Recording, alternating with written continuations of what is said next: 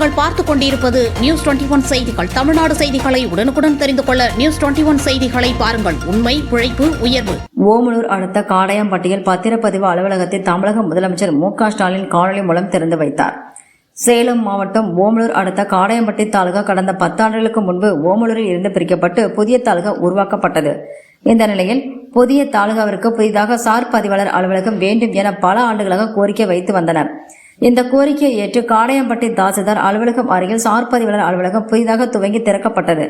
இதை சென்னையில் இருந்த காணொலி மூலம் முதலமைச்சர் ஸ்டாலின் திறந்து வைத்த நிலையில் காடையாம்பட்டியில் மாவட்ட ஆட்சியர் டாக்டர் பிருந்தாதேவி தலைமையில் சுற்றுலாத்துறை அமைச்சர் ராஜேந்திரன் புதிய அலுவலகத்தில் குத்துவிளக்கு ஏற்றி பணிகளை துவக்கி வைத்தார்.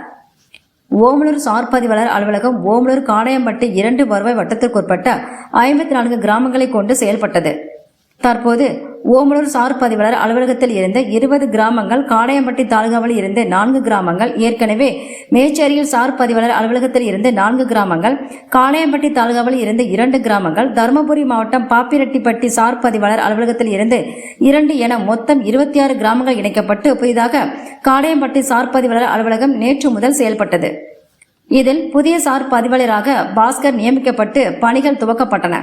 இந்த விழாவில் சேலம் துணை பதிவுத்துறை தலைவர் சுபிதா லட்சுமி, மாவட்ட பதிவாளர் கனகராஜ், முன்னாள் சட்டமன்ற உறுப்பினர் தமிழக காடையாம்பட்டி கிழக்கு ஒன்றிய செயலாளர் அறிவழகன், மேற்கு ஒன்றிய செயலாளர் ரவிச்சந்திரன், நகர செயலாளர் பிரபாகரன், காடையாம்பட்டி தாசில்தார் மனோகரன், வட்டார வளர்ச்சி அலுவலக வெங்கடாச்சலம், பேரூராட்சி செயலாளர் காடையாம்பட்டி, பேரூராட்சி செயலாளர் அலுவலகர் பொற்குடி, துணைத் தலைவர் திருநாவுக்கரசு, கட்சி நிர்வாகிகள் டாக்டர் அருள் உள்ளிட்ட பலர் கலந்து கொண்டனர். நியூஸ் 21 செய்திகளுக்காக ஓமலூர் செய்தியாளர் சித்தையன்.